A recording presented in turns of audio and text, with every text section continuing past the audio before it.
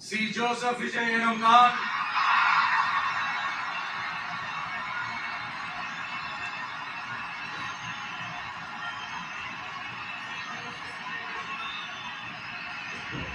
சட்டப்படி அமைக்கப்பெற்ற இந்திய அரசியல் அமைப்பின்பால் உண்மையான நம்பிக்கையும் மாறா பற்றும் கொண்டிருப்பேன் என்றும்